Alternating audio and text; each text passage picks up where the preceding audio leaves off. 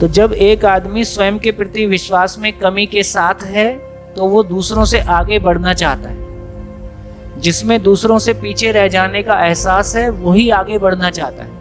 जो लोग दूसरों जैसा होना चाहते हैं या दूसरों से बेहतर होना चाहते हैं वो जिंदगी में कोई बड़ा काम कभी नहीं करेंगे। तो माँ बाप ने जिंदगी की फिलॉसफी दे दी है। क्या फिलॉसफी दे दी? 2 रोटी के लायक होने का नाम जिंदगी है, दूसरों से आगे निकलने का नाम सफलता है। ये घर से मिला है। तो मैं बहुत विनम्रता से कहना चाहता हूँ, मैं कठोर वचन बोलता हूँ, लेकिन ये मेरा खुद का झेला हुआ है। हर बच्चा अपने घर में झेलता है। बच्चा हमारे व्यवहार का आईना है। यदि बच्चे के पास कुछ भी गया है वो हमारा आपका दिया हुआ है। तो एक बच्चे के लिए सबसे बड़ी गिफ्ट होगी, इस दुनिया की सबसे बड़ी गिफ्ट होगी कि जिस परिवार में एक नया बच्चा जन्म लेता है उस परिवार के लोग उसको उस आचरण के साथ जीते हुए दिखाई दे जाएं जिस आचरण की कामना या जिस आचरण को पाने के लिए वो इस धरती पे आया है। माँ बाप को जीते हुए देख के बच्चों में जीने का अरमान पैदा होता है। क्यों कभी किसी मानव में ये अरमान पैदा नहीं होता है कि मैं एक शानदार मानव होना चाहता हूँ? जिंदगी के अंतिम मुकाम पे हम अकेले हो गए, थक गए। शरीर थक जाए कोई बात नहीं, मन थक जाए ये दुर्घटना है। तो फिर मेरे को डिप्रेशन की महिमा भी समझ में आई कि डिप्रेशन का मतलब है कि आपके रूप बल धन पद की हवा निकल जाती है। इसका नाम डिप्रेशन है। हमने तो सामान के लिए घर बनाया है। हमारा घर हमारे घर में रहने वाले लोगों के लिए नहीं है। जो घर में आएगा वो देख के बेहोश कैसे होगा, उसके लिए हमारा घर है। जब तक हमारे पास मानव लक्ष्य स्वीकार नहीं होता है, मानव लक्ष्य को लेके क्लैरिटी नहीं होती है, तब तक हमारा लक्ष्य को लेके भी अनिश्चितता है, रास्ते को लेके भी अनिश्चितता है, सपोर्ट सिस्टम को लेके भी अनिश्चितता है और रिजल्ट को लेके भी अनिश्चितता। इतनी अनिश्चितताओं के बीच मैं एक सामान्य मानव जैसा व्यवहार कर पाऊँ, मैं पत्नी की अपेक्षा पे खरा उतर पाऊँ, मैं बेटे की अपेक्षा पे खरा उतर पाऊँ, ये संभव ही नहीं है।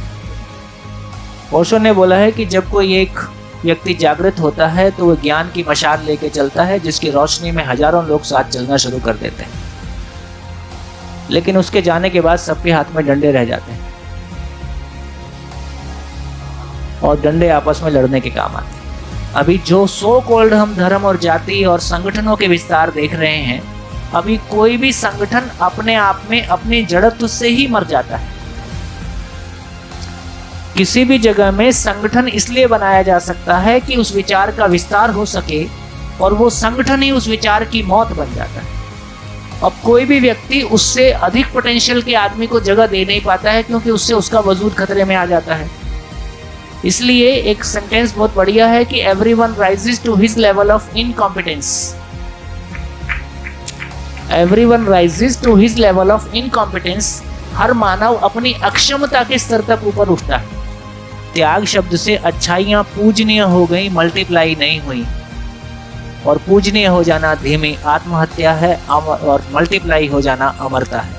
जब आदमी किसी के लिए करता है तो प्यार से ही करता है, और जब प्यार नहीं रहता है तब उसकी फ्रस्ट्रेशन में वो शब्द यूज़ करता है कि मैंने तुम्हारे लिए इतना त्याग किया था। या ये बहुत अजीब बात है। और हम वाकई में जो जिस तरह की हमारी हालत है कि मेरा अपने में स्वयं में कोई विश्वास नहीं है और किसी कंपनी विशेष का ब्रांड पहन के मुझ में विश्वास आता है, ये क्या मानसिक दिवालियापन है। तो ऊपर का माला बिल्कुल ही खाली है।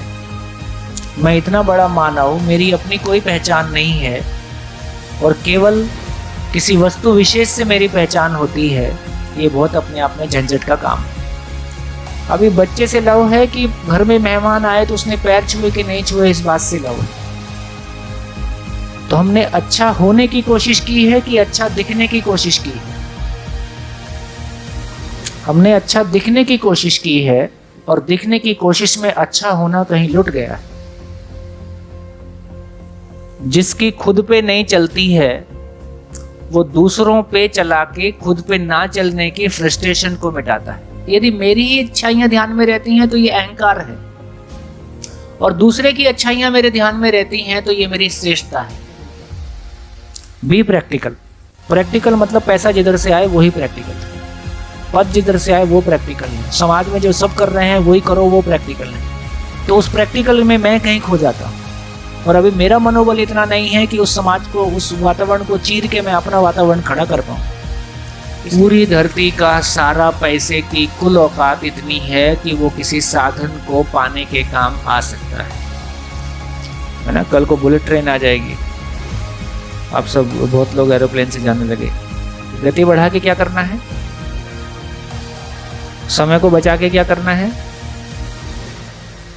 हाँ, यदि लक्ष्य नहीं है तो तुम्हारी गति ना ही बढ़े वही ठीक है, नहीं तो दुर्गति में जाओगे। ये भूखा पेट ये वाला नहीं है, वो मानसिक पेट है। ये कितना भी भरा हो, 7 पीढ़ियों का रखा है तो भी मानसिकता में अभाव हो ही सकता है।